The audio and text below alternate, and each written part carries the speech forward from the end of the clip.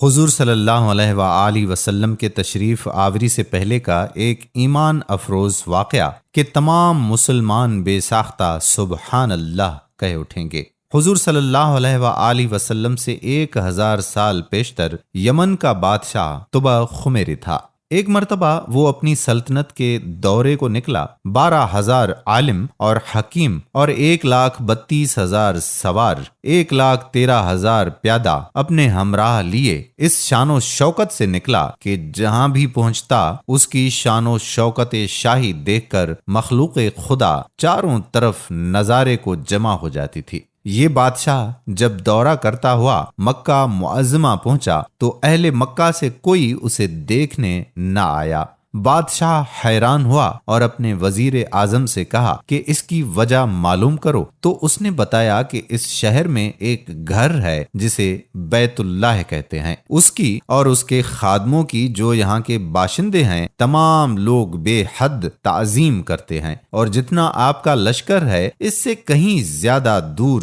اور نزدیک کے لوگ اس گھر کی زیارت کو آتے ہیں اور یہاں کے باشندوں کی خدمت کر کے چلے جاتے ہیں، پھر آپ کا لشکر ان کے خیال میں کیوں آئے؟ یہ سن کر بادشاہ کو غصہ آیا اور قسم کھا کر کہنے لگا، مزید بات کرنے سے پہلے پیارا اسلام کو لائک کریں، چینل کو سبسکرائب کریں اور ہماری خصوصی دعا کا حصہ بننے کے لیے کمنٹ سیکشن میں اپنا نام تحریر کریں۔ دوستو، اس بادشاہ نے قسم کھائی کہ میں اس گھر کو کھدوا دوں گا اور یہاں کے باشندوں کو قتل کروا دوں گا۔ یہ کہنا تھا کہ بادشاہ کے ناک، منہ اور آنکھوں سے خون بہنا شروع ہو گیا اور ایسا بدبودار مادہ بہنے لگا کہ اس کے پاس بیٹھنے کی بھی طاقت نہ رہی۔ اس مرض کا علاج کیا گیا مگر افاقہ نہ ہوا۔ شام کے وقت بادشاہ ہی کے عالموں میں سے ایک عالم ربانی تشریف لائے اور نبض دیکھ کر فرمایا کہ مرض آسمانی ہے اور علاج زمین کا ہو رہا ہے۔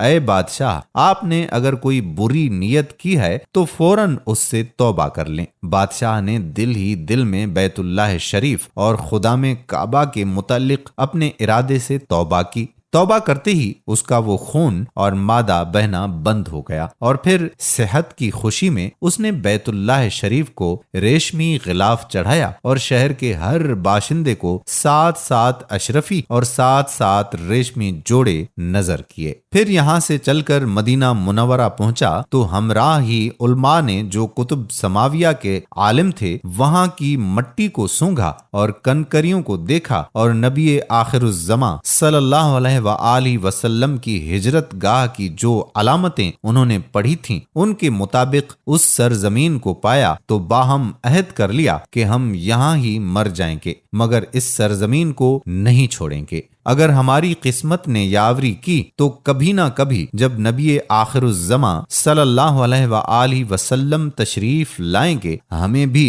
زیارت کا شرف حاصل ہو جائے گا، ورنہ ہماری قبروں پر تو ضرور کبھی نہ کبھی ان کی جوتیوں کی مقدس خاک اڑ کر پڑ جائے گی جو ہماری نجات کے لیے کافی ہے۔ یہ سن کر بادشاہ نے ان عالموں کے واسطے 400 مکان بنوائے اور اس بڑے عالم ربانی کے مکان کے پاس حضور کی خاطر ایک 2 منزلہ عمدہ مکان تعمیر کروایا اور وصیت کر دی کہ جب آپ صلی اللہ علیہ وآلہ وسلم تشریف لائیں تو یہ مکان آپ کی آرام گاہ ہو، اور ان 400 علماء کی کافی مالی امداد بھی کی اور کہا کہ تم ہمیشہ یہیں رہو، اور پھر اس بڑے عالم ربانی کو ایک خط لکھ دیا اور کہا کہ میرا یہ خط اس نبی آخر الزماں صلی اللہ علیہ وآلہ وسلم کی خدمت اقدس میں پیش کر دینا، اور اگر زندگی بھر تمہیں حضور صلی اللہ علیہ وآلہ وسلم کی زیارت کا موقع نہ ملے تو اپنی اولاد کو وصیت کر دینا کہ نسلاً بعد نسلاً میرا یہ خط محفوظ رکھیں حتیٰ کہ سرکار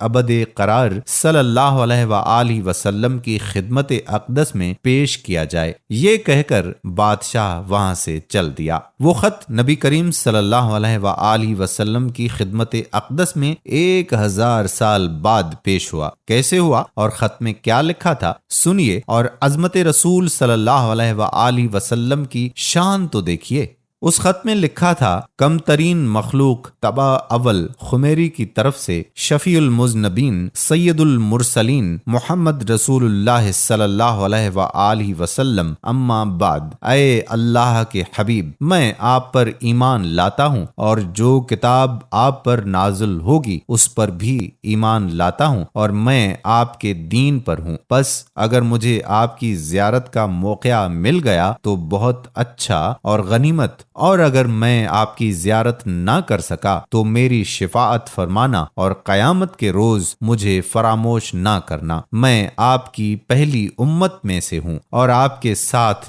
آپ کی آمد سے پہلے ہی بیعت کرتا ہوں۔ میں گواہی دیتا ہوں کہ اللہ ایک ہے اور آپ اس کے سچے رسول ہیں۔ شاہ یمن کا یہ خط نسلاً بعد نسلاً ان 400 علماء کے اندر حرز جان کی حیثیت سے محفوظ چلا آیا، یہاں تک کہ 1000 سال کا عرصہ گزر گیا۔ ان علماء کی اولاد اس کثرت سے بڑھی کہ مدینہ کی آبادی میں کئی گنا اضافہ ہو گیا، اور یہ خط دست بدست مع وصیت کے اس بڑے عالم ربانی کی اولاد میں سے حضرت ابو ایوب انصاری رضی اللہ تعالی عنہ کے پاس پہنچا، اور آپ نے وہ خط اپنے غلام خاص ابو لیلہ کی تحویل میں رکھا، اور جب حضور صلی اللہ علیہ وآلہ وسلم نے مدینہ ہجرت فرمائی اور مدینہ کی الوداعی گھاٹی مثنیات کی گھاٹیوں سے آپ کی اونٹنی نمودار ہوئی، اور مدینہ کے خوش نصیب لوگ محبوب خدا کا استقبال کرنے کو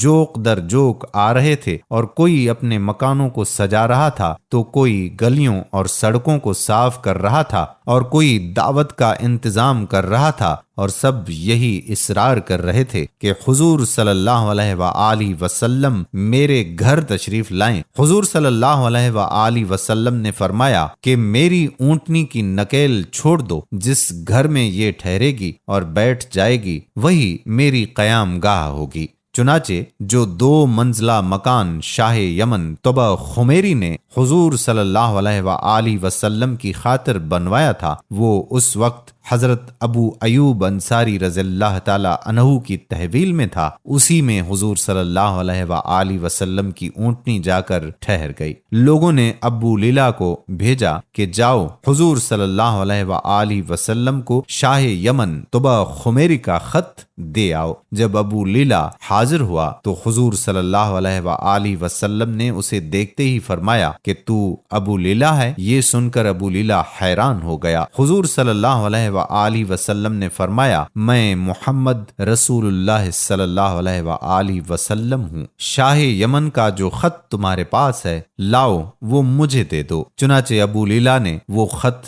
دے دیا۔ حضور صلی اللہ علیہ وآلہ وسلم نے پڑھ کر فرمایا، صالح بھائی طبع کو آفرین اور شاباش ہے، سبحان اللہ۔ بحوالہ میزان الدیان، کتاب المستظرف، حجت اللہ علی العالمین، تاریخ